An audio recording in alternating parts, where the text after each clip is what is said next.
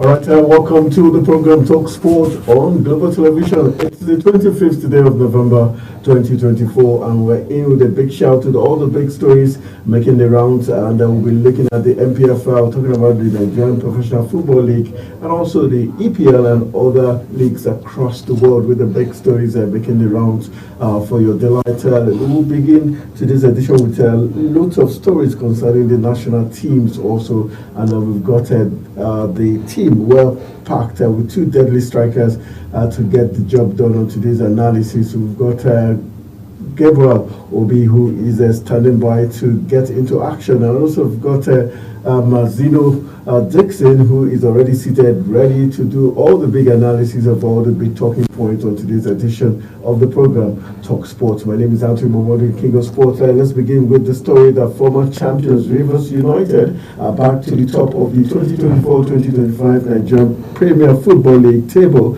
thanks to a 1-0 win over Abia Warriors in Port Harcourt on Sunday, while Remo Stars suffered a 2-0 defeat away at Katsina United. In the Freke, Efyonga scored in the 58th minute penalty to Finidi Jones men see off their stubborn visitors and grab their first win in 6 matches. Before Sunday's win, the 2022 champions had struggled for form with their last win coming against Shooting Stars of Ibadan on October 17. Having suffered their 2 losses this season, they however rediscovered their form with a goalless draw against Remo Stars in Ikenne last week before capitalizing on Daniel Ogumo Dede's side sleep in Katsina.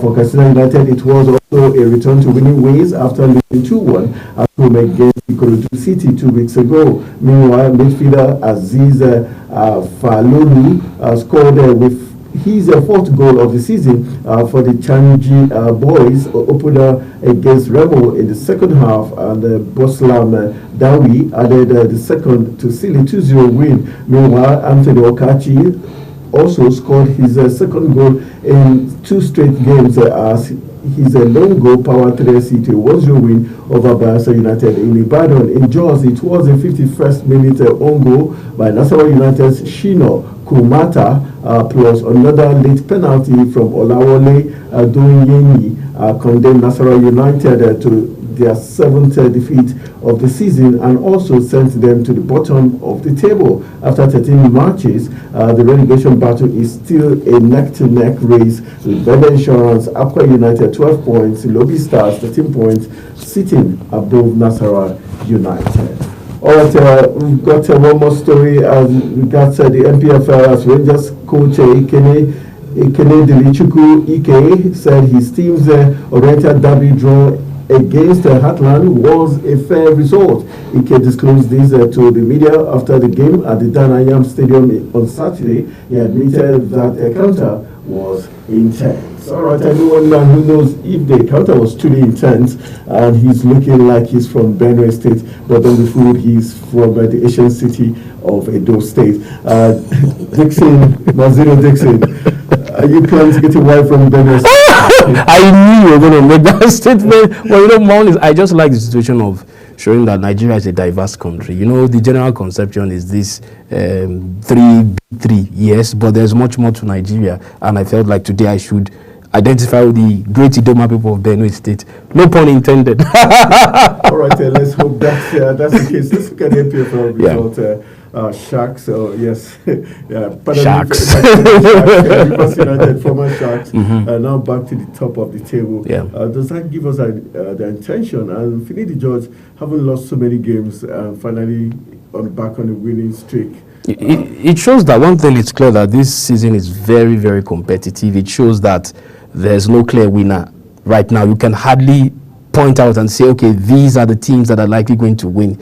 And we've seen more away wins than at any point in any season we've had in the country. So it's very competitive, and Coach Finidi seems to have found his bearing again. They lost 2-3 matches on the bounce, but now they are back. And of course, Remo Stars fell to Katsina United, and that gave Rivers United the opportunity to prop themselves up at the top of the table. And so it's left to be seen. We're almost getting to the halfway point, and if Rivers United continue like this, one thing is certain: their place within the continental places as the top 4 is assured. But of course, Remo Stars, they are there. Rangers International, Kano Pillars with their contingent of Rabiu Ali and Ahmed Musa, and of course, it's very interesting. It's a very Eyimba. Let's not forget Eyimba. They will always be there with a shout out. So definitely, it's interesting. At the bottom, we've seen Nasarawa United, Bendel Insurance, and the likes. Ikorodu United has a point where at the bottom, but they found they are bearing. Emmanuel Amunike has breathed new life to Heartland. Heartland started very badly, but now we're seeing that the team is playing according to his instruction, and they are appearing to play with his image. That's possession football and tactical discipline. So definitely this season is interesting. Rangers played out a draw with Heartland. Was that an expected result, or does that also go to show how good Emmanuel Amunike is? Rangers, yeah. Looking at them as champions. Any Oriental derby is always very interesting, whether it's Abia Warriors, Eyimba, Rangers, Heartland. They always go the extra mile, and it's more for bragging rights. So definitely, yes, Rangers, they played away at Owerri, and they got that draw. Credit to them. Emmanuel Amunike has kept Heartland at the top half of the table. So definitely, you are seeing a progression and a possibility that Heartland, even if they don't win the league, they will finish comfortably. Do you think they'll get to the continent? Well, let's see. If they can get to at least the top 5, then they can push on. I've seen that their away form has improved tremendously. Playing at the Dan Ayam Stadium at home, they seem to have also developed that confidence, and the fans now believe in them again. There was a time, of course, we know what happened. They got relegated last season. Then they came back, and they are now justifying their stay in the table. Remember, Heartland, when the days of the YO National, they were a very wealthy team, had some of the best players, Uche Okechukwu, Thompson, and so they have a pedigree, whether you like it or not. Of course, Gen Zs may not know that, but Heartland, in the days of you're talking about the top 5 teams in Nigeria. And of course, Rangers, perennially, the only team never to be relegated in Nigerian football league history. So that is a traditional team, and that match it lived up to his expectation, and good result for both teams. All right, let's talk about the national teams. Super Falcons caretaker coach Justin Madugu has unveiled his squad for the international friendly against France. Goalkeeper Chiamaka Nnadozie, Ashley Plumtree making her return after injury. Osinachi Ohale and Michelle Alozie are some of the regulars included in the squad. Versatile midfielder Tony Payne, Tosin Deminhin, and Ifeoma Onumonu will also be on the plane to France. Captain Rasheedat Ajibade was excluded from the friendly because of injury. There was, however, no place for base FC striker Azizat Oshoala in the squad. Some players were also handed their maiden invitation for the friendly. The friendly is billed for the Stade Raymond Hangers on Saturday, November 30th. The encounter will kick off 9:30 Nigerian time. The full list is on your screen there. We've got the goalkeepers, Chiamaka Nnadozie, Paris FC, France. We've got Andeline Mbechi from Rivers Angels, and Rachel Onachukwu from Nasarawa Amazons. We've got defenders Osinachi Ohale, her club from Mexico, Michelle Alozie from Houston in the USA, Ashley from Saudi club, and we've got Rufiat Amuran in the team from London City Lionesses. We've got Sekiratu Issa from Nasarawa Amazon, Oluwa Tosin from Turkey, and midfielders we've got Jennifer Echejini from Paris. We've got Tony Payne from Everton in England, and Josephine Matias Nasarawa Amazon, and Christy Uche Ibe from Benfica in Portugal, and Sukerat Oladipo FC Robo Queens, and we've got Ado Yina Nasarawa Amazons, and forward to Blessing Unko from Pyramids in Egypt, Gift Monday from Tenerife, that's in Spain. We've got Ifeoma from Montpellier in France making the squad. Babajide also making the team from Spain there, and we've got Mercy Omoko from Bayelsa Queens. So let's look at the squad. How impressed? Do you like the mixture of home-based and foreign-based players? Of course, it's the way to go. Because with the home-based players, you have competition and there's no complacency and there's that ruggedness that you need sometimes when you're facing polished opponents. But my greatest joy is seeing Ashley back. I mean, most Nigerian fans have been crazy. I missed her too, and if you go on social media, everybody is buzzing because one thing about Blonde is when she plays for Nigeria, she puts in everything. There's passion there. She's truly Nigerian. She's truly Nigerian. You can see that happiness even on the pitch. Who can forget that her thumping header against England in the second round of the World Cup last year? So, I mean, she can play centre back, she can play full back, she can even overlap. She's a complete player. And for the National Queens player that was brought in, I mean, she has been buzzing the internet in the last few days because of the match against Algeria. And of course, everyone wow, she. I mean, when you look at her, she looks on the physical side, she looks big, but on the pitch, she's very, very mobile, and so I think the coach got it right. We have our goalkeeper back, and let's see what we can do with the French. Of course, the AWC is the most important one, but we keep playing matches with teams like France, Brazil, United States. It's in order. Remember, we just played Algeria, so I want to believe that the NFF and the coaching crew would want to arrange more matches with African teams so that we get a blend and understanding. And so far, so good. The only person I wish was on that team was Sebastian. I wish was given that opportunity because Flourish Sebastian is a good striker and she's fearless, she's skillful, she's very fast. So, but I think her time will come. As far as Zizat not being included, she has nothing really to prove. We know what she can do. So definitely at some point we'll have to start building away from her. Yes, we have to do that, and she too is aware. She's not the type of person that will want to be a stumbling block to younger ones. She's large-hearted. She's enjoying herself. She has won the African Women's Championship. She's played at the World Cup, played at the Olympics, played in Spain, England, China, now the United States. So definitely, she knows that the sun will set any moment from now. So her mind is built on that. But we can still make do with her experience when the crunch time comes in Morocco.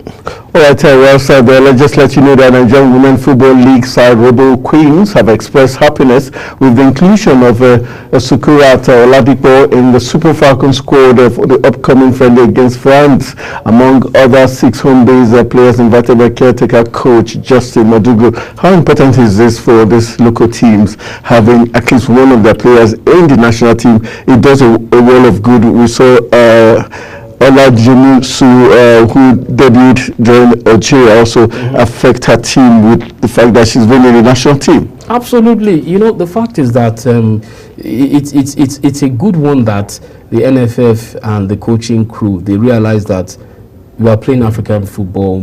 In the next couple of months, you'll be playing African opposition. And it's always better to always have home-based players with you because they're used to the African terrain. It's more rugged. You saw the TP Mazembe ladies. I mean, you would want players that have that kind of stamina to face such teams, to be included in your national team. And like I said earlier at the beginning of the show, it brings competition. It ensures that everyone is on their toes because you realize that it's not where you play that really counts, but how good you are and what you bring to the team. And thereby you are renewing chemistry, you are renewing the competitive spirit that is perennially present with Nigerian teams. And so it's a good one for the local clubs because when their players go out there, they showcase their skills and they get transfers, they get income, and they can also build. So it's a win-win for everybody. Do you think, from the coach, Madugu, do you think he's poised to give more local players a chance going to Morocco rather than have, what would be the ratio, 60-40 in favor of the professionals or 60-40 in favor of the local lads? It will definitely be more in favor of the foreign players. Right. Because definitely, at least when you are playing in a country like Spain, you are playing in a country like England. The Europeans now have taken female football very seriously. They've brought that professionalism.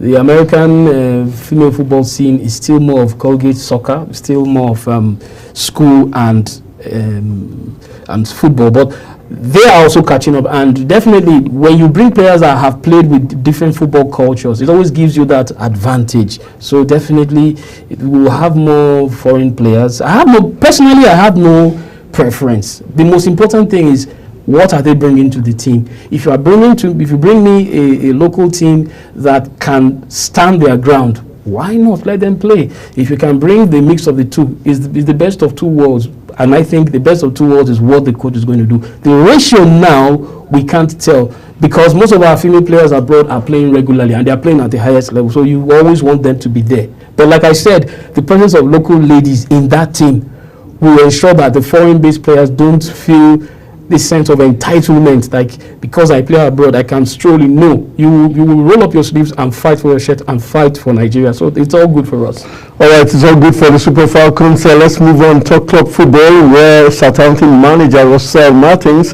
has heaped applauded on Paul Onuachu following the strikers' superb display in the 3-2 defeat to Liverpool on Sunday.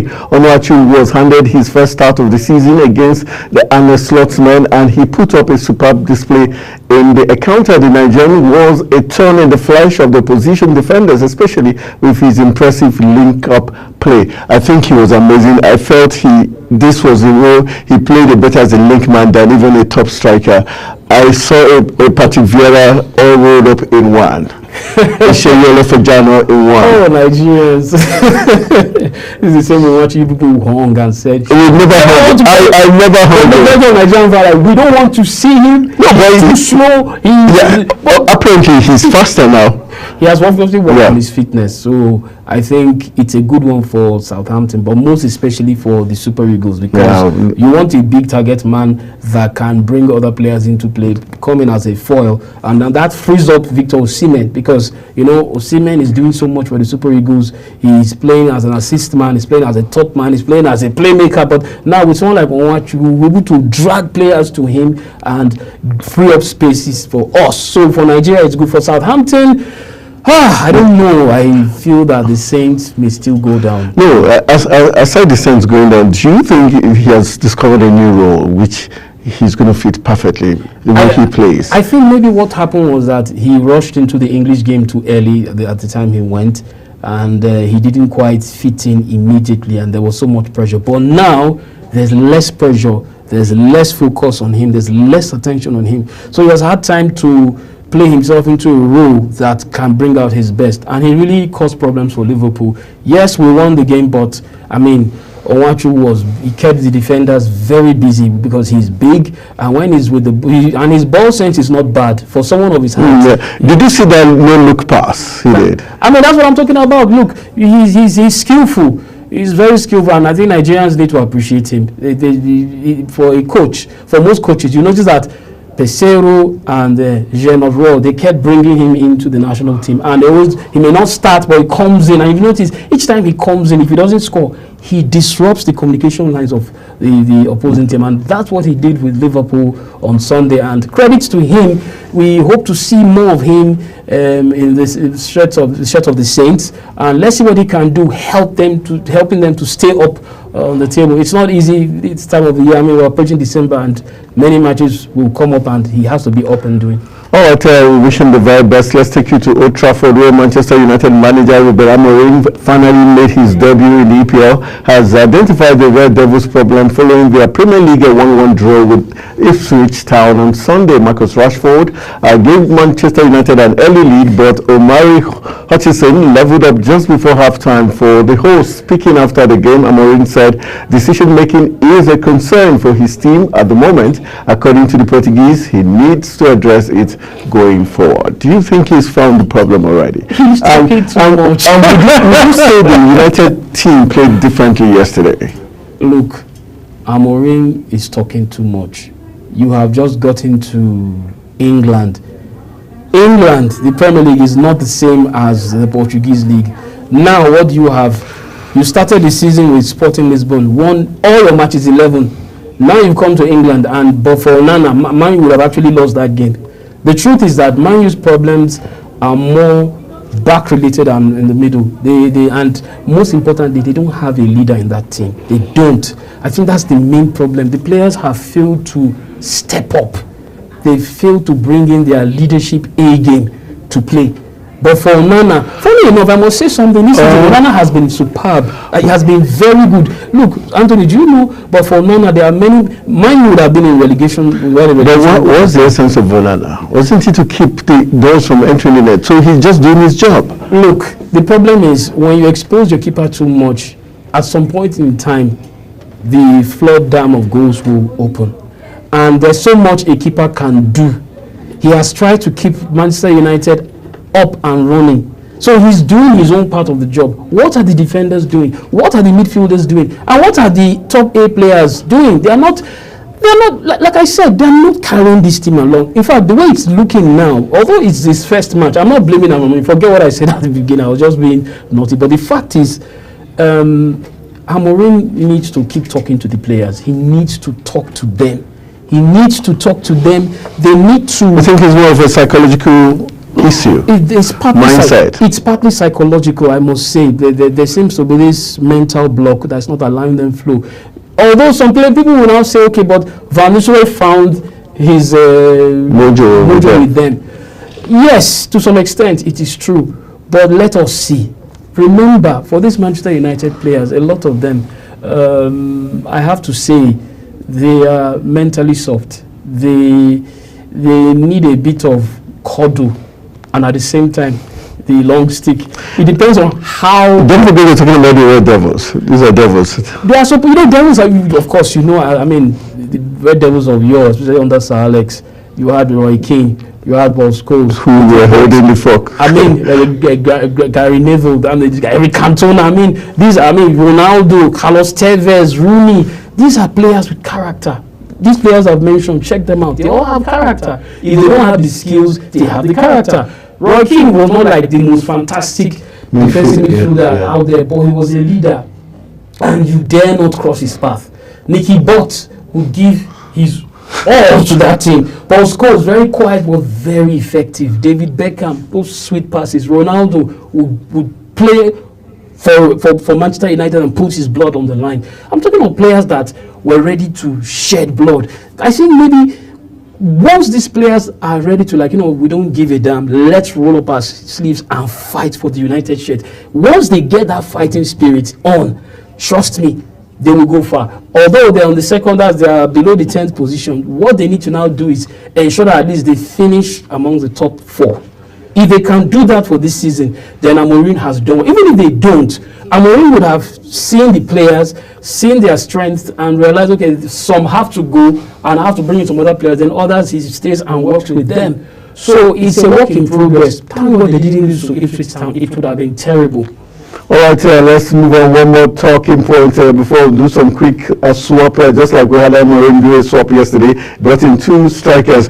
Just before we leave Manchester, do you think his substitutions were spot on? Well, at the point the match was, the way the match was going, he had no choice. And well, we never saw Ten Hag decide to play those 2 strikers at the same time. Well, there's always a first time, and at some point, nothing says it's wrong playing those 2 guys up front. But the fact is that it showed that Amorim also wanted to win. He wanted to win that game. He wanted to start on a winning note. Yeah. So, like he said, in fairness, Manchester United fans have to just calm down. They shouldn't mount pressure. Remember when Jurgen Klopp started with Liverpool? They started with a goalless draw with Tottenham. Before, it took Liverpool about 2 seasons to be able to finally gel. He identified the players that needed to stay and those that needed to go. He brought in players that would fit into his high pressing philosophy, and before you know it, they got top 4. They finished runners up. They won Champions League, won the league after 30 years, FA Cup, Carabao Cup, and so on and so forth. So for Amorim, they would have definitely need some time. He's a good manager. Forget the age. He is good. His reading of the game is sound.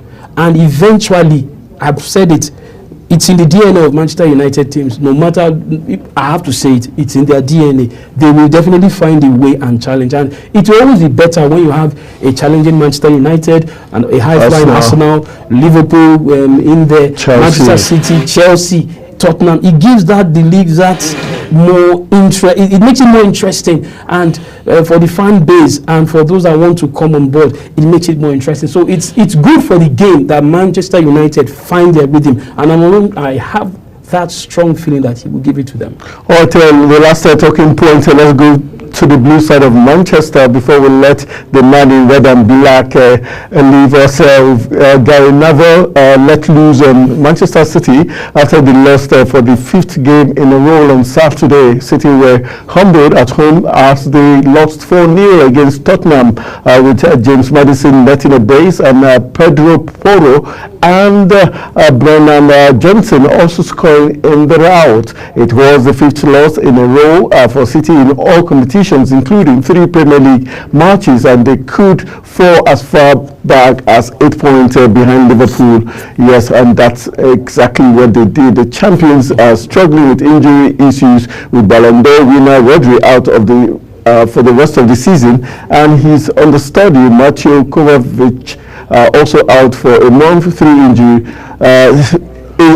Is Gary Neville spot on when he says Man City is on the decline? And are we happy or happy or very happy? I can bet you he made that comment with cheer in his heart. I mean, he's from the red half of Manchester, yeah, and they've received the stick from City both home and away for almost a decade now. So definitely for a core Manchester United fan, it couldn't be better than that. It's a tea party. But the fact is that there's a problem with City. The team has Are you happy? I think yes, of course I'm happy. I thought you were going to deny that. Delighted. Because no, at a point, they're turning the league into as they call Farmers League. You could almost predict that, oh, okay, but once it's December, they enter second gear and that's it. And everybody just sit down and do Guard of Honor. I mean, now the league is interesting. I'm a Liverpool fan, but I don't kid myself believing that that's 8-point gap we have can be sustained. I know at some point in time fatigue will come, certain injury worries. But I think what Slot has done better than Klopp is he has not used physicality on the team. So the team is not as stressed as past years. So they are more relaxed and they are more, if you notice, they allow possession sometimes. They allow you to do the play and they just get the job done. It's not pretty, but it's working. Against Southampton on Sunday. Southampton on another day could have won that match, but Liverpool, at the right time, they know how to step into that gear and get the results done, and that's part of what makes you a champion. On the day you don't play very well, you still get out results. Then, of course, there are days you come out smoking and you pummel your opponent. There are other days you have to settle for a draw. So, and if you lose, okay, everybody okay, it was not your day. So Liverpool is in that point, they've reached that point of the season. They are on top of the EPL, they are on top of the Champions League. So it's not coincidence. It's just that Slot is managing the mental and physical strength of the team well. I wish that they could still bring in some additional signings, but knowing our owners, they will not want to. They want to see how it goes, and that's where City always catches Liverpool. When Jurgen Klopp puts Liverpool up there and he now needs extra additions. The Americans will say, oh no, I think we're good to go. Then Guardiola now just enters gear 5 and that's it. Before you know it, you blink, it's May and they are champions. So this season, it might go anyway. All right, so that's how this moment is going to go too. I want to say a big thank you to Dixon Mazzino. Always a pleasure having him in the live studios doing analysis of all the big talking points. And Liverpool, congratulations. They barely escaped from the clutches of Southampton, and I wish they did lose. That was my prayer, honestly, that they lost that game. As a Man U fan, not as a Man U fan. As a fan of Paul Nwachu, I wanted him to win, get his first 3 points of season, but don't mind it. That's the level of the game. Football, the most, for me, I think it's the most beautiful game in the world. It is. All right, so we'll go for a quick break. When we return from this break, Amorim will be doing his changes, and who knows who's coming next. It might be the man from Argentina, Gabriel Batistuta. Stay with us.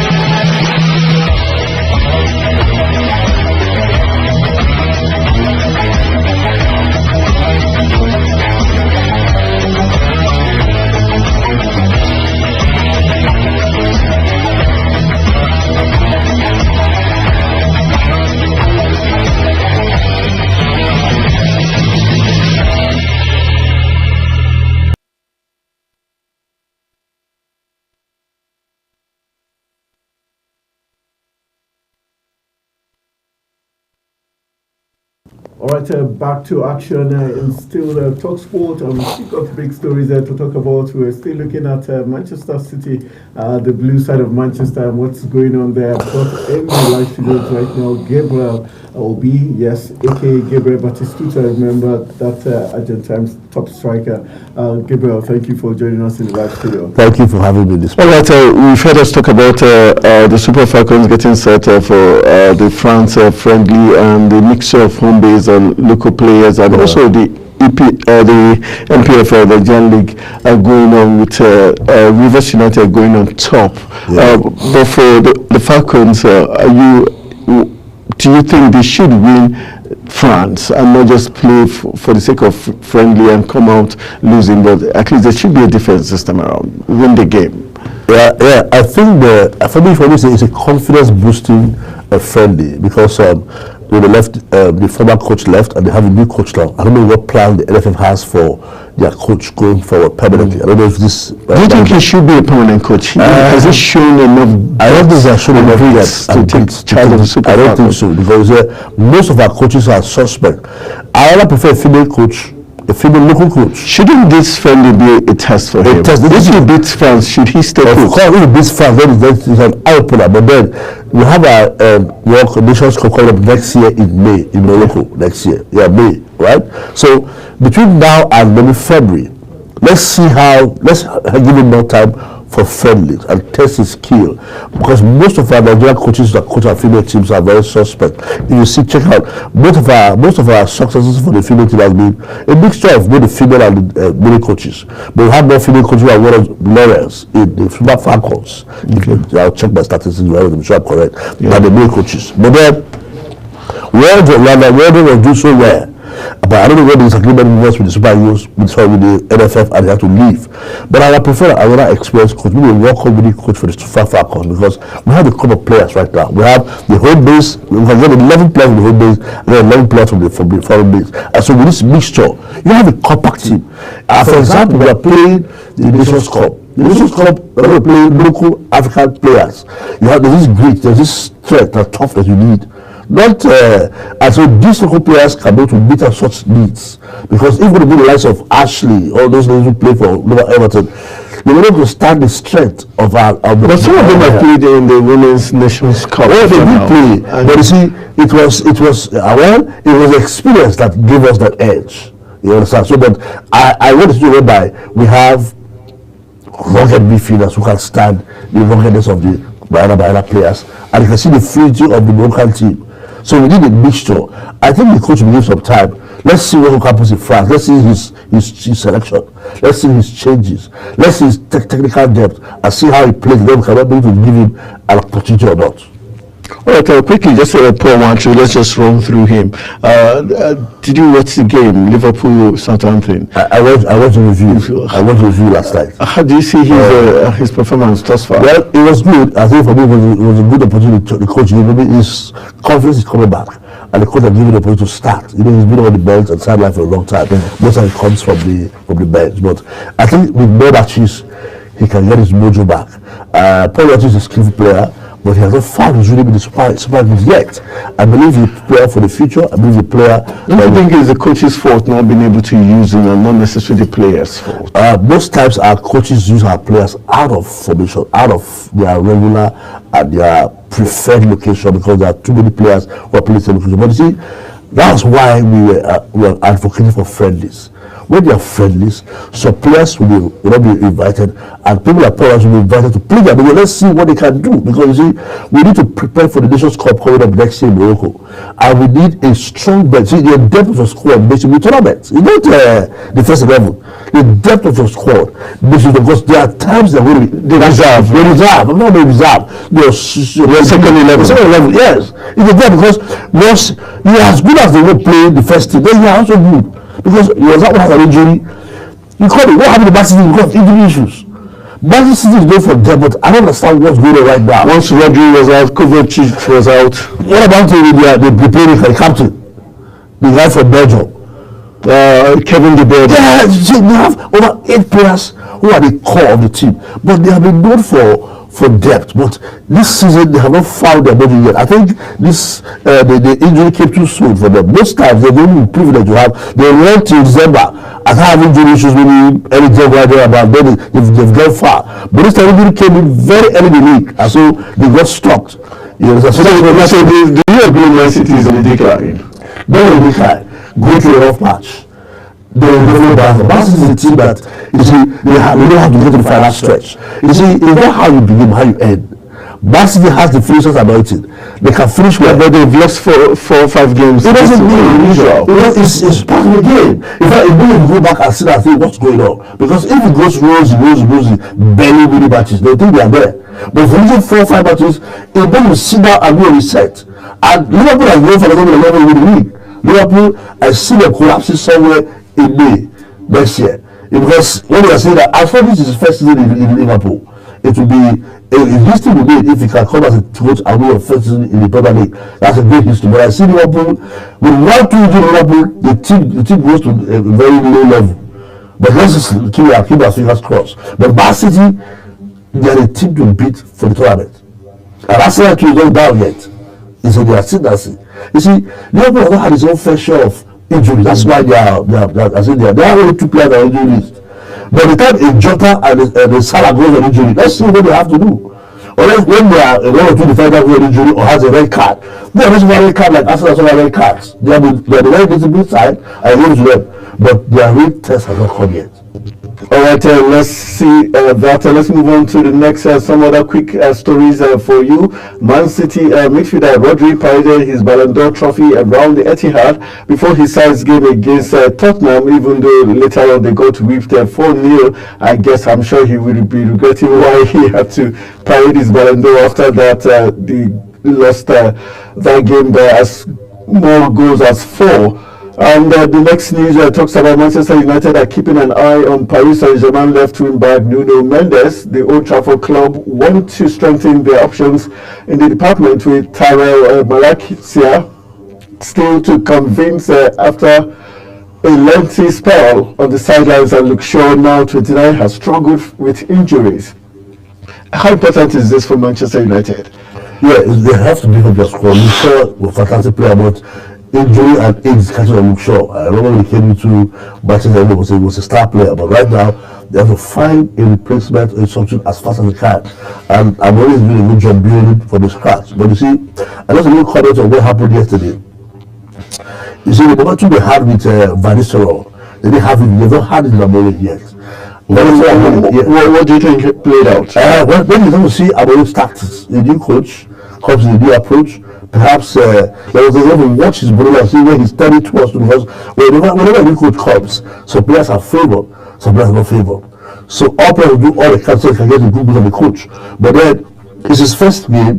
The Valencia was there with the former coach who understood the players. So when he got the opportunity, he just made a few changes and the players played well for him. So the players of Man U have to play well for Amorim, and it takes Amorim's man management skill to get a play for him. So he has a lot of work to do. All right, Arsenal beat Nottingham 3-0. Do you think Arsenal finally getting back to their winning ways? Yes, Arsenal. Is this a fluke? No, we're looking at the position to say Nottingham Forest, not such of a good size. Nottingham Forest in the first 6 in the Premier League with the new owner, with the benefits pumped Nottingham Forest, and with the confidence Nuno Espirito Santos has given that team. That's a very pushover. That team won Man City. So the team is a good team. The team that is in the first first five or first six in the Premier League is a pushover. Arsenal got back his journey back, his mojo back. You know, we've had issues of the Rice is back, the Rice is not back, Odegaard is back. We saw Saka back, we saw Mourinho in full swing. So our defenders, Cable and this other guy, what's his name? Saliba back. So you know, when Saliba is not in that team, there's a lot of confidence that goes down. When Saliba is not in that team, because Saliba is the confidence you have in the back. Gabriel is always shaking. How come Saliba is strong man in Arsenal, but in the French national team, he still has not held? No, yes, he is. That's how the work of the play. I mean, France has a lot of players to choose from, but Saliba has still the claim. The last Nations Cup was this year. The Nations League. Nations League that year. That is the one that was played at played well. Saliba played almost all the games. That's before they played. Yeah, the one that the Nations League finished somewhere in July. Saliba played more of the games. He was a constant. The other defender was available. Saliba has still the claim in Arsenal and has still the same claim in France. And so he did not red card began our problems with him. And after that red card, when he went on, Gabriel had injuries. So they could have done their place for the first time. So when you say Arsenal doesn't have depth too, Arteta has to stop his miserly attitude. He needs to get players that are on their side. Right now, he needs to get 2 or 3 more players in January to beef up the squad and let some go. Those who are like Gabriel, Jesus has to leave. You need to get a full out-and-out striker scoring well, because that's what we need. Because Havertz now just come up with injury, so you can say there's no Havertz in the game. So you need a striker that Havertz will be deputizing for. That Havertz is not playing the most like hero. So when the was running around, he already came and scored in less than 3 minutes. He was in the second half. He also played 19 minutes. Who scored a goal? All right, Jose Mourinho has contacted Cristiano Ronaldo over a reunion at Fenerbahce. According to reports, Ronaldo is currently the captain of Saudi Pro League side Al Nassr and has scored 60 goals in 80 matches for the Riyadh club. The 39-year-old is under contract until next summer, but he is widely expected to sign a new deal either with Al Nassr or another club as he targets his 1,000 career goals. Mourinho wants Ronaldo at Fenerbahce, having recently had a conversation with the veteran striker, according to Fotomark via Cadena SER. The Portuguese boss managed his compatriot during their time together at Real Madrid between 2010 and 2013. Do you see that reinventing itself in Fenerbahce? Well, it's a choice of trouble. I would advise you to stay put at Al-Nassr, make his 1,000 goals before he leaves. You think he can score those goals in Fenerbahce? Of course. Well, if the Turkish league is stronger than the Saudi league.